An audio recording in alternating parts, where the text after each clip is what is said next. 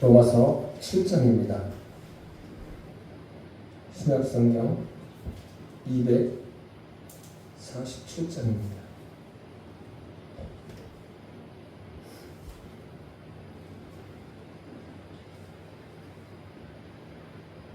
로마서 7장을 같이 한 절 한 절씩 읽으면서 하도록 하겠습니다. 이 7장을 하시기 전에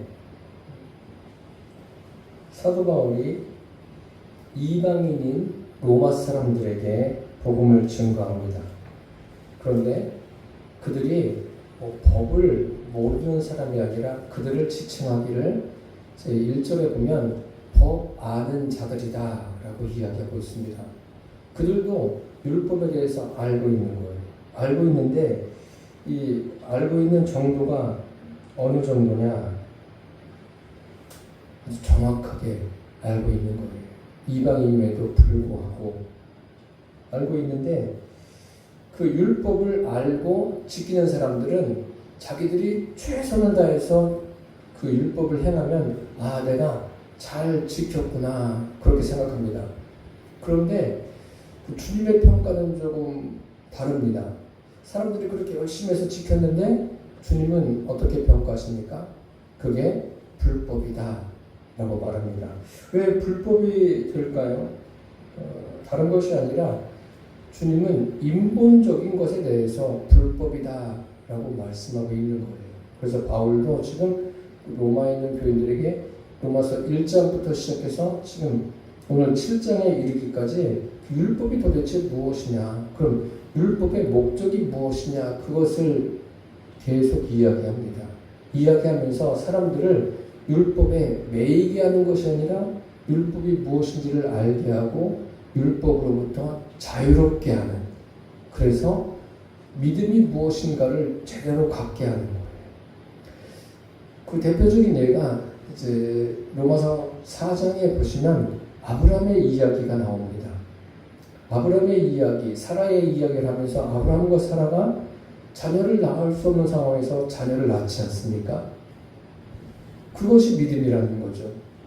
왜 그게 믿음일까요? 믿음이 무엇입니까? 믿음이 무엇인가 정의를 내리십시오 하면 믿음에 대해서 성경에 있는 그대로 이야기하는 분들도 있고 그게 맞겠죠. 맞는데 믿음이라는 것은 어렵게 생각하실 것 없습니다. 하나예요. 하나님과 내가 하나가 되는 것. 이게 믿음이에요. 이게 믿음이고 율법이 온 목적도 하나님과 내가 하나가 되기 위해서 율법을 우리에게 일러주셨어요. 그게 율법이 온 이유예요. 그래서 율법은 그 모든 것의 목적이 아닙니다. 하나의 과정이고 목적은 무엇입니까? 하나님과 인생이 하나 되게 하는 것. 이것이 모든 것의 목적이라고 보시면 됩니다. 그것을 신약에 있는 표현으로 하면 임마누엘입니다. 하나님과 내가 하나가 되는 것. 율법도 다 그림자 아닙니까? 예수님께서 십자가를 지신 그 목적이 뭐예요? 죄사하는 것 맞습니다. 죄사하는 것이 포함되어 있지만 목적은 무엇입니까? 그 죄사함을 통해서 하나님과 인생을 하나 되게 하는 것. 그것이 목적이에요.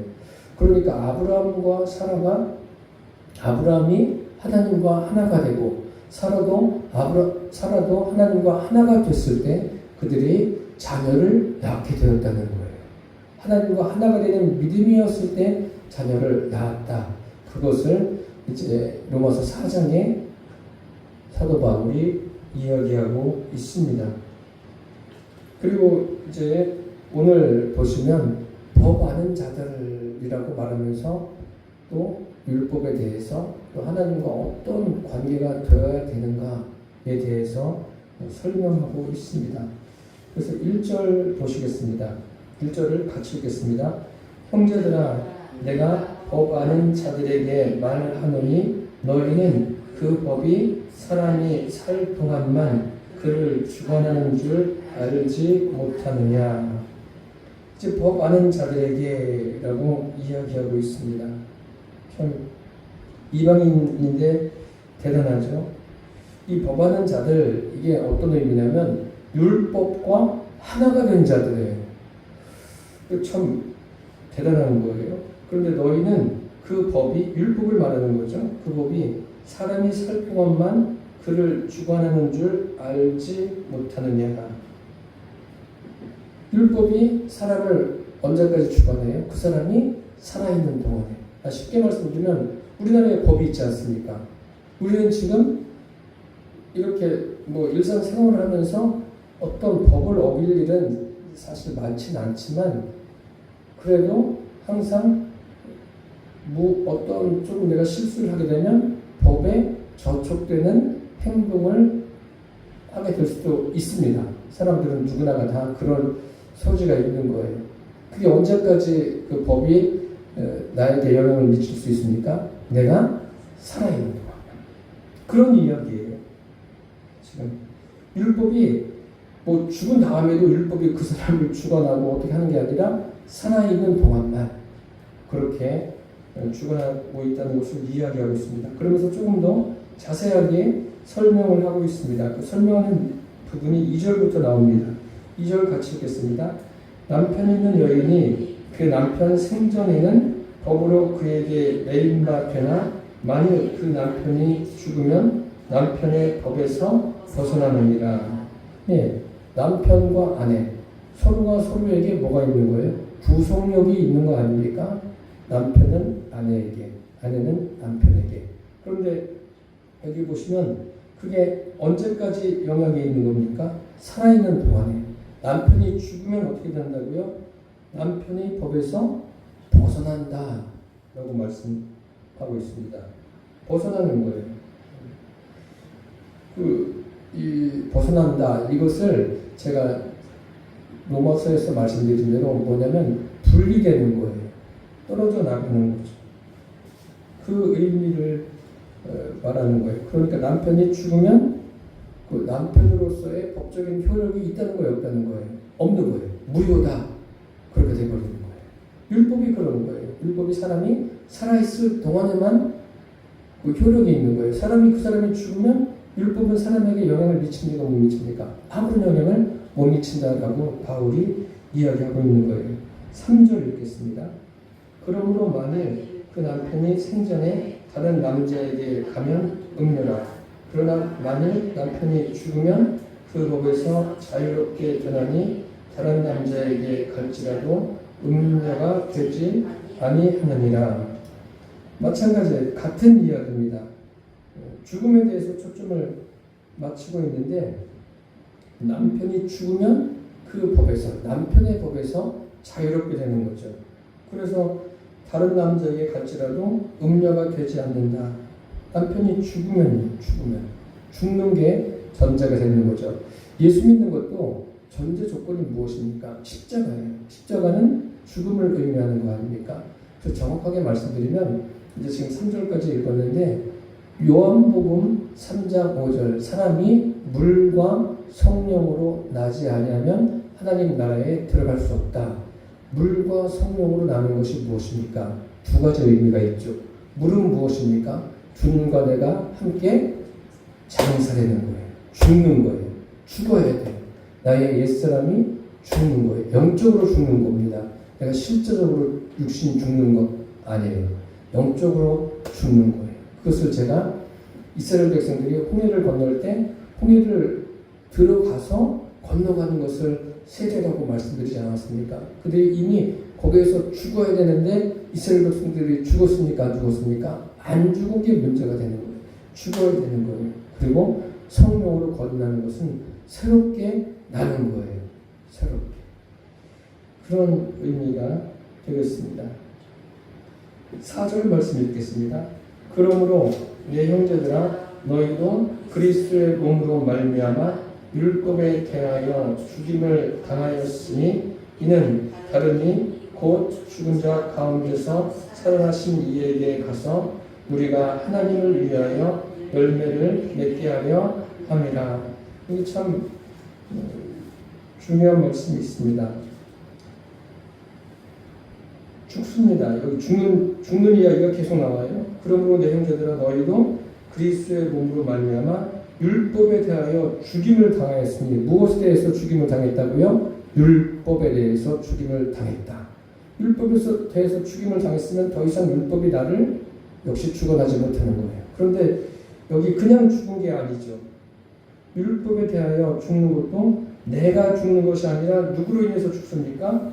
그리스도의 몸으로 말미암아 율법에 대해서 죽었다. 이게 무슨 말이냐면 예수 그리스도로 말미암아 죽는 거예요. 내가 실제로 죽는 게 아닙니다. 육신은 살아있잖아요. 살아있는 육신이 실제로 죽는 것이 아니라 육신은 살아있는데 영적으로 나의 옛사람이 예수님과 함께 십자가에 못 박혀서 죽었다는 거예요. 그러니까 이 말씀이 어떤 말씀과 연결이 되냐면 이 4절 말씀이요. 갈라디아서 2장 20절의 말씀에 내가 그리스도와 함께 십자가에 못 박혔나니 그런즉 이제는 내가 사는 것이 아니요 오직 내 안에 그리스도께서 사신 것이라. 이제 내가 육체 가운데 사는 것은 나를 사랑하사 나를 위하여 자기 몸을 버리신 하나님의 아들을 믿는 믿음 안에서 사는 것이라. 바울이 이런 말씀들을 자기가 쓴 서신서에 곳곳에 이야기하고 있습니다. 그러면서 이 죽었다는 것, 그러니까 율법하고 완전히 분리가 되는 거예요. 그러니까 율법에 그 어떤 영향을 받게 됩니까? 영향을 받지 않는다는 그런 말씀입니다. 그러니까 율법을 누가 성취하셨어요? 누가 완성하셨습니까? 예수님께서 완성하셨어요. 그 예수님의 율법의 성취로 예수님이 죽으신 거죠. 10절에서 뭐라고 말씀하십니까? 다 이루었다. 다 이루신 거예요. 그러니까 예수님과 연합이 되면서 내가 십자가에서 죽는 거예요. 죽고 주님과 하나가 되는 거죠. 그게 바로 믿음입니다. 그 다음에 4절의 중간에 율법에 대하여 죽임을 당하였으니 이것으로 끝나는 것이 아니라 이는 다름이 곧 죽은 자 가운데서 살아나신 이에게 가서 우리가 하나님을 위하여 열매를 맺게 하려 함이라. 이 다름이라는 표현이 있습니다. 십자가에 못 박힌 예수와 부활하신 예수는 전혀 다른 분입니다. 예수님은 맞습니다. 십자가에 달리신 예수님은 육신이 남아있는 거예요. 그 육신이 인류의 죄를 위해서 그 예수님의 육신을 오시지 않았습니까? 그 몸에 다 받은 거예요. 하나님이 못 박힌 게 아니에요. 그리고 장사되셨어요. 십자가에서 돌아가시고 장사된 지 사흘 만에 부활하셨습니다. 그 부활체는 그 예수님의 십자가에 있는 그 모습이 아니에요. 전혀 다른 모습으로 예수님이 부활하신 거예요. 여기 그래서 이는 다른이라고 말한 거예요. 그 다른이가 어떤 분이에요? 죽은 자 가운데서 살아나신 이라고 오늘 여기 말씀하고 있습니다. 그분이 우리 안에 성령으로 임하여 계십니다. 그러니까 우리가 죽는다. 내가 십자가에 못 박혀서 죽는다. 예수님과 함께 십자가에 못 박힌다. 그게 뭐냐면 율법에 대해서도 내가 죽는 거예요. 그리고 또 무엇이냐면 예수님과 함께 부활하신 예수님과 함께 살아나는 거예요. 그러니까 주님께서 나에게 생명을 주셨습니다.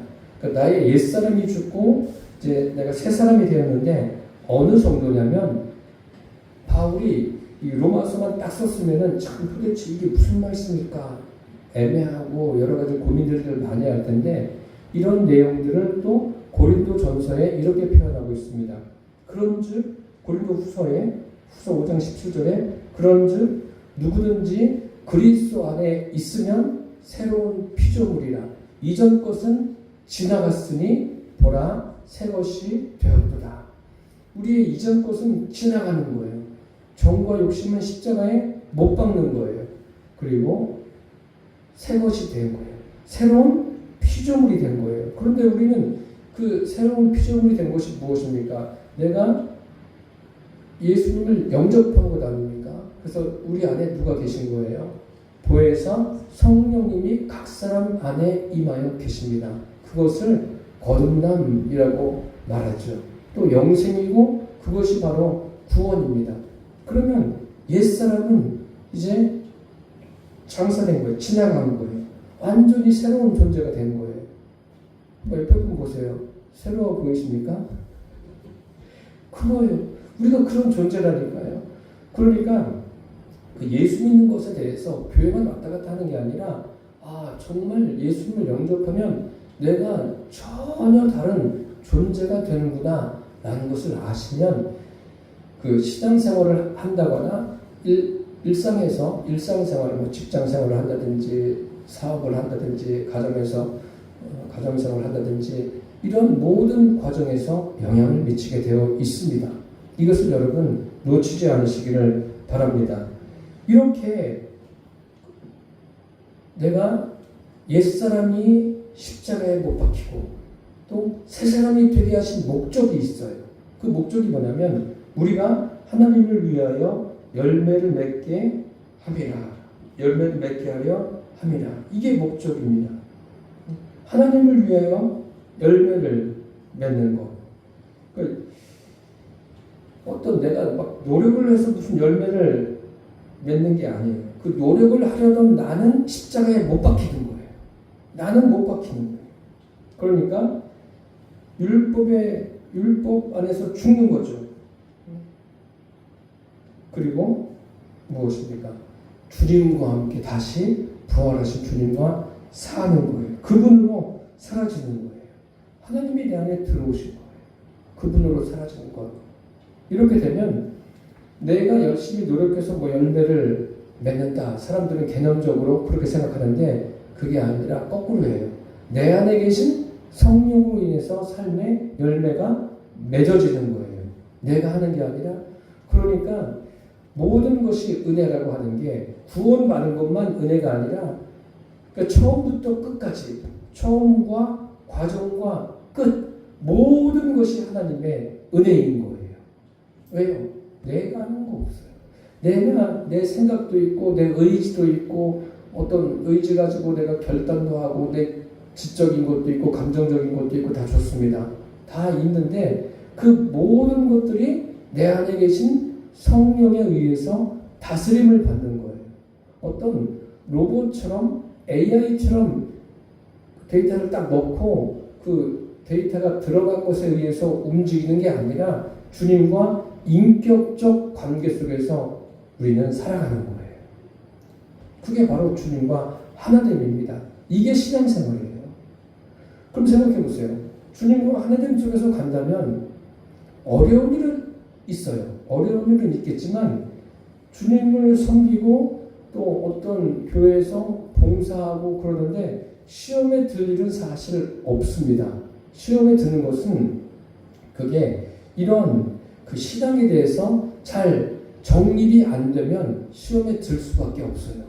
내가 하는 거라고 생각하니까 시험에 들죠. 나를 알아주지 않으니까 시험에 들죠. 좀 알아주지 않으면 어때요? 주님이 내 안에 계시고 주님은 다 이미 알고 계신데 다른 사람이 나를 알아주고 알아주지 않고 그거 중요하지 않습니다. 정말 중요하지 않아요. 교회가 크고 작은 것도 하나도 중요하지 않아요. 주님 앞에 섰을 때는 주님께서 어떤 큰 일을 하면 그 사람에게 야, 너 크게 어떤 일을 해서 내가 너를 칭찬한다. 그런 말씀을 안 하세요. 주님이 각자에게 맡겨주신 게 있어요. 그 맡겨주신 것에 대해서 주님이 원하시는 대로 살아가면은 그 사람은 누구보다도 주님께 칭찬받게 될 줄 믿습니다. 그래서 그 하나님을 위해서 열매를 맺는다. 이게 결국은 내 안에 계신 성령으로 인해서 열매가 맺어지는 거예요. 우리의 삶이 그렇게 되시기를 바랍니다. 혹여라도 지금까지 그런 삶이 아니었더라도 낙심하실 거 없어요. 지금부터라도 이제 내가 노력해서 하는 그런 것이 아니라 그 노력조차도 내 안에 계신 성령님에 의해서 해 나갈 수 있는 내 생각도 어떤 분별을 할 때도 내 안에 계신 성령님으로 인해서 분별할 수 있는 이런 것이 잘 되어진다면 그야말로 주님을 섬기는 것이 그래서 주님을 섬기는 게 기쁨이고 은혜구나라는 것을 우리가 깨닫게 될 줄을 믿습니다. 5절 말씀 공독하시겠습니다. 우리가 육신에 있을 때에는 율법으로 말미암는 죄의 정욕이 우리 지체 중에 역사하여 우리로 사망을 위하여 열매를 맺게 하였더니, 여기 우리가 육신에 있을 때, 즉 율법 아래 있을 때 그런 말씀이 되겠습니다. 율법으로 말미암는 정욕이라고 했는데, 율법으로 말미암는 죄의 정욕이라는 것은 율법으로 말미암는 죄의 고통이라는 뜻이에요. 죄의 고통이 우리 지체 중에 역사했다. 그러니까 당연히 죄를 짓게 되는 거죠. 그리고 그 역사로 인해서 계속 살아가면 어디로 가는 거예요? 결국은 사망으로 가는 거예요. 멸망으로 가게 된다는 것을 여기에 말하고 있습니다. 그러니까 죄의 정욕이 우리로 하여금 자꾸 죄를 짓게 만드는 겁니다. 그 내용 중에 하나가 15절에 보시면 내가 행하는 것을 내가 알지 못하노니 곧 내가 원하는 것은 행하지 아니하고 도리어 미워하는 것을 행함이라. 미워하는 것을 행한다고 했어요. 왜 이런 일이 있을까요? 자기 육신 때문에 그러는 거예요. 육신 때문에. 이런 사람들은 우리로 사망을 위하여 열매를 맺게 하였더니, 그러니까 율법을 아는 사람들이 죄를 지으려고 합니까? 죄를 안 지으려고 합니까? 안 지으려고 하는 게 맞는 거죠. 안 지으려고 하는데 이것을 막 인본적으로 육신적으로 지켜내려니까 어떤 거예요? 고통스러운 거예요. 힘겨운 거예요. 지치는 거예요. 교회에서도 그렇지 않습니까? 어떤 일을 할 때 이게 자원하는 마음으로 되어야지, 그냥 막 어떤 일을 시켜서 하면, 또 어떤 분은 그런 이야기도 합니다. 억지로라도 하면 복 받는다. 아니에요. 물론 그럴 수도 있겠지만 그 말이 뭐 전혀 맞지 않다고는 말씀드리지 않겠습니다. 복을 받을 수도 있어요. 어떤 은혜를 경험할 수도 있는데, 이왕에 할 거 제대로 알고 하십시오. 내 안에 계신 성령님으로 인해서 한 가지를 하든 두 가지를 하든 성령님으로 인해서 해보십시오. 그렇게 되면 달라요. 결과물도 다르고 또 내가 더 주님을 깊이 경험하게 될 줄 믿습니다. 인본적으로 막 그냥 애써서 막 어거지로 하게 된다면 거기는 괴로움을 더하게 될 뿐입니다. 여기 있는 대로 그렇게 하면 우리로 사망을 위하여 열매를 맺게 된다. 참 이거 안타까운 일 아닙니까? 6절 읽겠습니다. 이제는 우리가 얽매였던 것에 대하여 죽었으므로 율법에서 벗어났으니 이러므로 우리가 영의 새로운 것으로 섬길 것이요 율법 전문에 묵은 것으로 아니할지니라. 이제 바울이 5절하고도 다르죠, 상황이.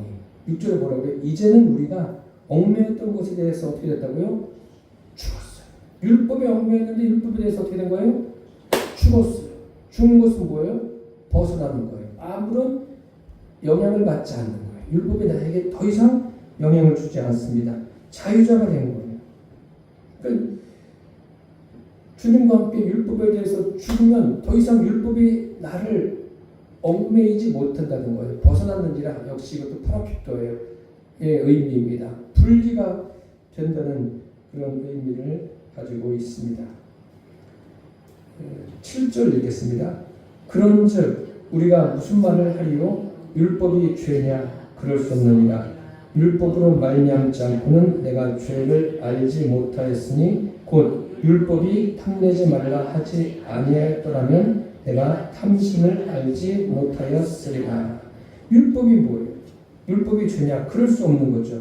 율법은 뭐예요? 죄를 알게 하는 거예요. 그러니까 율법은 그 주님과 아내됨 속에서 있어야 돼요? 없어야 돼요? 있어야 돼요. 과정입니다. 율법이 목적이 아니에요. 이것을 분명하게 해두셔야 돼요. 그래서 뭐 율법이 이제 필요 없다. 예수님의 십자가의 능력만 있으면 된다. 이러면 안 돼요. 구약이 있어야 되고 그 다음에 뭐가 있는 거예요? 신약이 있는 거예요. 이렇듯이 율법이 반드시 있어야 돼요. 율법은 과정이에요. 그래서 내가 율법과 함께 장사되는 거예요. 내가 죽고 더 이상 율법의 영향을 받는 것이 아니라 이제 내 안에 계신 누구의? 성령 하나님의 영향을 받는 거예요. 그 영향 아래 있음을 말하고 있는 거예요. 그래서 율법은 이제 죄가 무엇인지 탐내지 말라. 아, 탐내는 것이 죄구나. 어느 정도 죄인지 또 이제 주님이 깨닫게 하시는 거죠. 율법을 통해서. 8절 말씀 읽겠습니다. 그러나 죄가 기회를 타서 계명으로 말미암아 내 속에서 온갖 탐심을 이루었나니 이는 율법이 없으면 죄가 죽은 것입니다. 율법을 통해서 죄가 무엇인지를 깨닫는 거예요. 그런데 율법과 계명이 있는데 우리는 죄를 져요. 왜 죄를 짓습니까? 능력이 없는 거예요, 우리에게. 죄를 감당해 나갈 만한 능력이 우리에게 없어요. 또 율법을 다 지킬 만한 능력도 없습니다. 그것이 언제 가능해요? 역시 내가 주님과 함께 십자가에서 죽고 주님으로 말미암아 다시 살 때 그게 가능한 겁니다. 그것을 말씀하고 있는 거예요. 9절 읽겠습니다. 전에 율법을 깨닫지 못했을 때에는 내가 살았더니 계명이 이름에 죄는 살아나고 나는 죽었구나. 네. 깨닫지 못했다는 분리된 역시 파라피토의 그런 의미를 가지고 있습니다. 여기 보시면 계명이 이름에 죄는 살아나고 나는 죽었다. 이게 뭐예요? 계명 역시도 우리가 알고는 있지만 그것을 다 지킬 수 있습니까? 안 되는 거예요. 지켜야 되겠다 생각하고 지키려고 하면 참 이것을 지킬 수 있는 사람 역시 없다는 그런 말씀입니다. 10절 읽겠습니다. 생명에 이르게 할 그 계명이 내게 대하여 도리어 사망에 이르게 하는 것이 되었구나. 계명의 목적은 생명이죠. 생명인데 어떤 일이 발생합니까? 여기 기록된 대로 생명에 이르게 할 그 계명이 내게 대하여 도리어 사망에 이르게 하는 것이 되었구나. 왜 이런 일이 생길까요? 이 계명이 목적이 아니에요. 계명을 목적으로 알기 때문에 이런 일이 생길 수가 있어요. 율법도 계명도 다 뭐예요? 과정인 거예요. 과정으로 알고 목적은 뭐예요? 제가 처음에 말씀드린 대로 목적은 임마누엘이에요. 하나님과 내가 하나가 되는 게 목적이에요. 그 안에서 나의 옛사람이 장사되고 주님과 함께 살아나는 거예요. 새로운 피조물이 되는 거예요.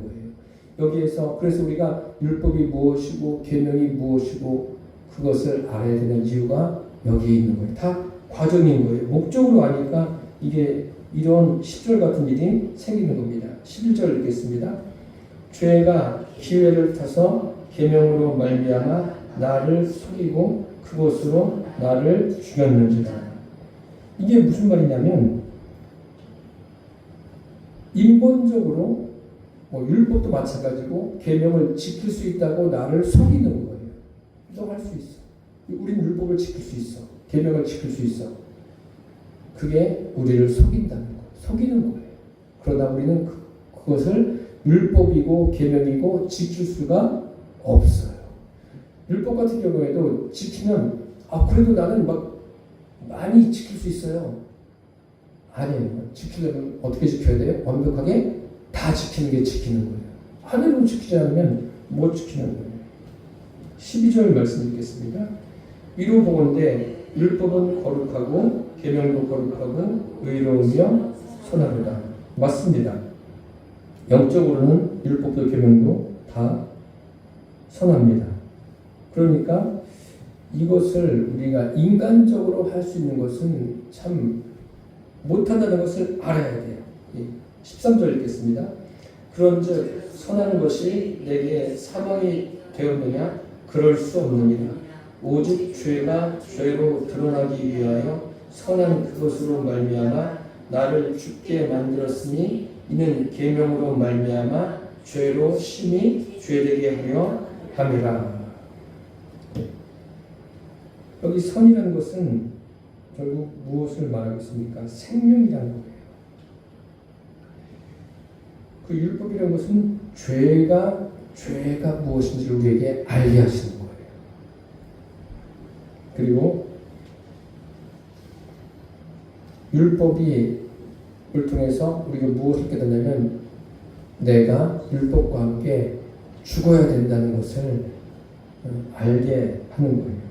그러니까 아는 것에만 멈추는 것이 아니라 그 율법을 보면서 어떤 생각이 들어요? 야, 한번 생각해 보세요. 여러분, 어떤 분이 연구해가지고 율법을 우리가 지켜야 될 게 36,500가지다. 말만 들어도 질리지 않아요?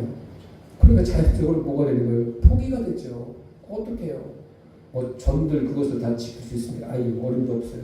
되지 않는 거예요. 그런 거예요. 그런 것들을 알게 하는 거예요. 여기 그 말씀입니다. 13절은. 14절 읽겠습니다. 우리가 율법은 신령한 줄 알거니와 나는 육신에 속하여 죄 아래에 팔렸구나. 그렇죠. 율법은 신령한 거예요. 하나님이 주신 거예요. 그런데 육신에 속해서 죄 아래에 팔렸다. 그것을 나에게 지킬 능력이 있습니까? 전혀 없다는 거예요. 바울이 다시 강조해서 말하고 있는 겁니다. 그러면서 15절을 읽겠습니다. 내가 행하는 것을 내가 알지 못하노니 곧 내가 원하는 것은 행하지 아니하고 도리어 미워하는 것을 행합니다. 사람들은 기본적으로 누구나가 그 선한 것들이 무엇인가를 알고 그것을 추구하게 되어 있고 또 그것을 행하기를 원합니다. 그런데 그게 다 될까요? 어려운 거죠. 그래서 어떻게 되는 거예요? 율법에 대해서 나를 죽이는 거예요. 나를 부인하는 거예요. 그러니까 지금 이 7장까지는 계속 무슨 얘기가 많이 나옵니까? 죽는 이야기만 계속 나오는 거예요. 그러니까 야, 이게 도대체 뭔가? 그럼 죽는 것으로 끝나는가? 아니에요. 이제 8장을 시작하면서 확 열리는 거예요. 죽음이 끝이 아니라 이제 죽음을 통해서 어떻게 시작되는지를 8장이 문을 확 열고 있어요. 그러니까 죽으라는 거예요. 계속 나를 부인하라는 거예요. 바울이 지금 이 편지를 쓰면서 이제 그 사람들 당신들은 죽으십시오 이렇게 이야기하는 게 아니라 자기에 대해서 지금 계속 이제 이야기하다가 말을 하기 시작합니다. 16절 읽겠습니다. 만일 내가 원하지 아니하는 그것을 행하면 내가 이로써 율법이 선한 것을 시인하노니. 여기 율법이 무엇이죠? 율법이 죄를 알게 하는 거 아닙니까? 죄를 죄되게 하는 거예요. 그리고 율법은 뭐예요? 죄를 사람들이 죄를 짓지 않기를 원하는 사람이 되게 하는 거고, 율법은 뭐예요? 결국 사람들이 율법을 보면서 야, 이거 내가 지킬 수가 없구나. 자기를 포기하게 되는 거죠. 율법이 그것을 알게 하는 거예요. 그러니까 율법을 내가 지키는 것은 가능하다, 불가능하다? 불가능한 거예요. 그것을 알게 하는 겁니다. 17절 읽겠습니다. 이제는 그것을 행하는 자가 내가 아니요 내 속에 거하는 죄입니다. 여기 내가 아니다. 이건 무슨 말이냐면 율법에 있으면 율법을 알고 있는 사람들은 죄를 안 지으려고 해요.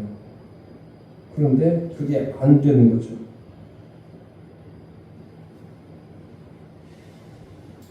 참 어려운 거예요. 그래서 예수님께서 이런 말씀하신 적 있어요. 요한복음 5장에 보면 내가 더 심한 것이 생기지 않게 다시는 죄를 범하지 말라.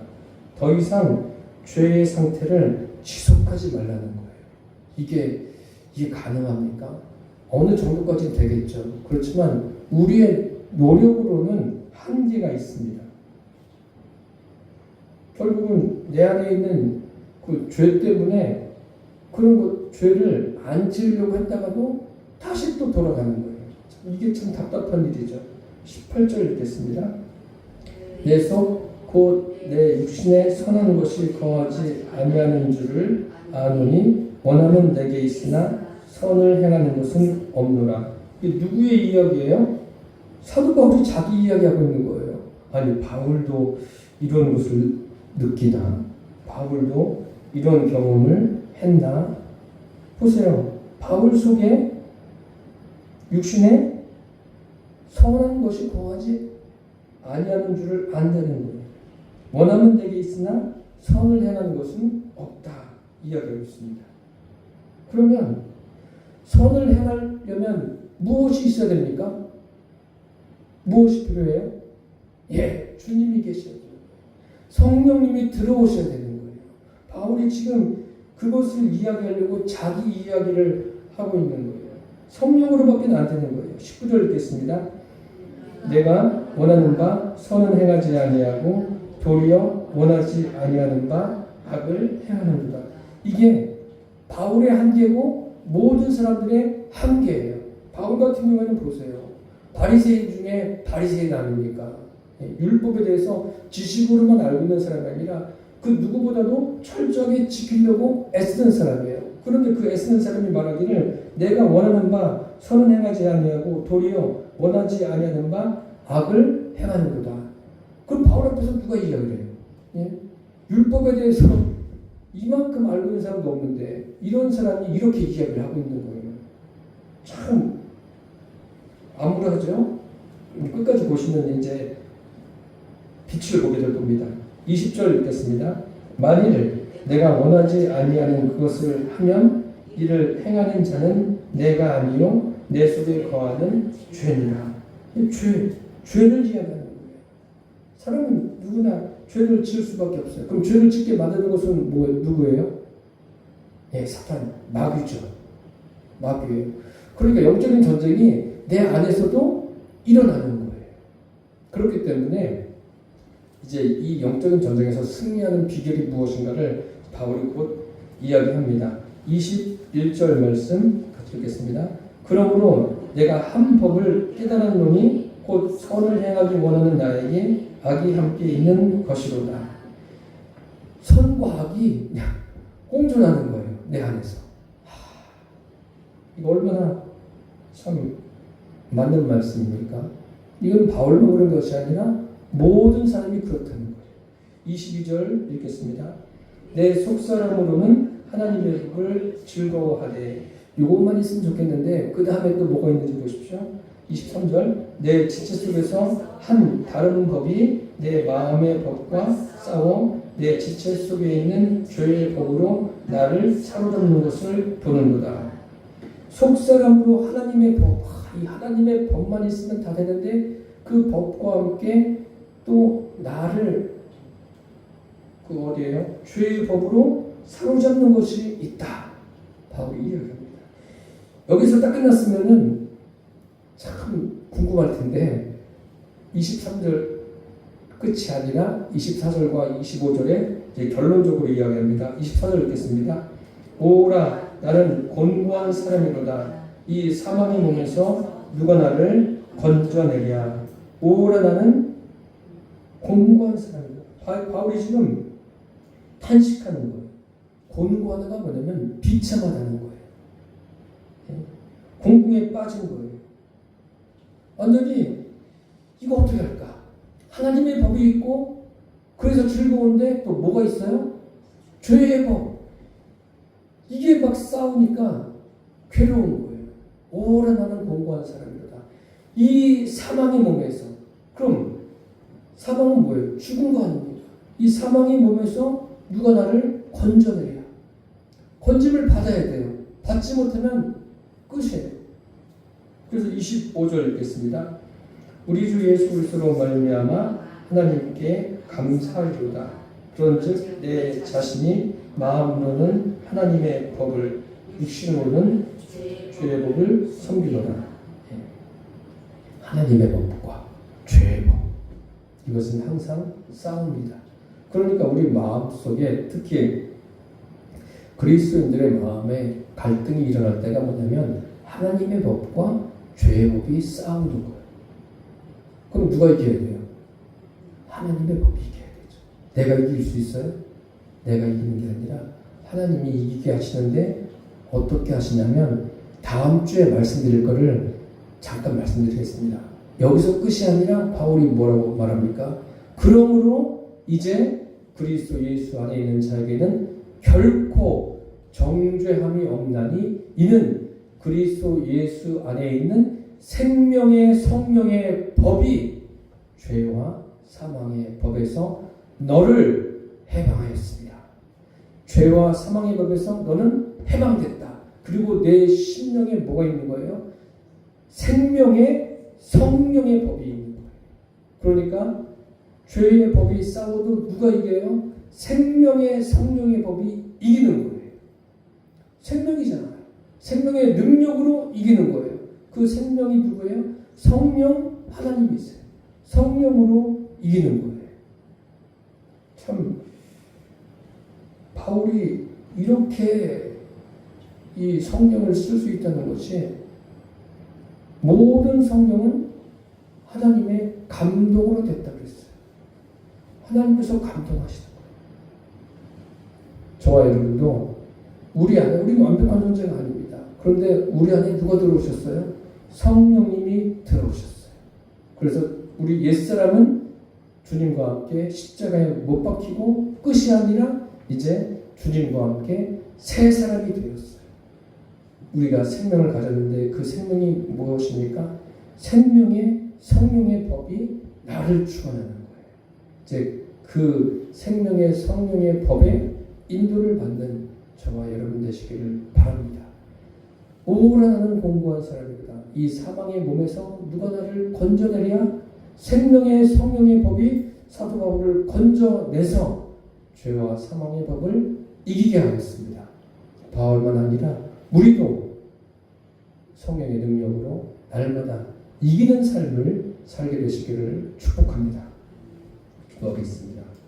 살아계신 주님, 참 바울이 그 죄에 대해서 하나님의 법만 있는 것이 아니라 죄의 법과 그 영적인 전쟁이 이루어지는 것을 이야기하고 있습니다. 자기가 곤궁에 빠져서 비참한 상황에서 끝이 아니라 하나님께서 그를 건져주셔서 생명의 성령의 법이 죄와 사망의 법에서 바울을 해방시켰습니다. 그래서 그가 하나님의 사람으로 끝까지 그 삶을 살 수 있었음을 보았습니다. 그리고 그것을 로마에 있는 교인들에게 편지를 읽고 또 지금 우리가 함께 그 내용을 나누었습니다. 주님, 우리 성도들 모두가 다 우리의 심령이 성령에 의해서 다스림을 받는 삶이 되도록 은혜를 베풀어 주옵소서. 예수님의 이름으로 기도드립니다. 아멘. 찬송가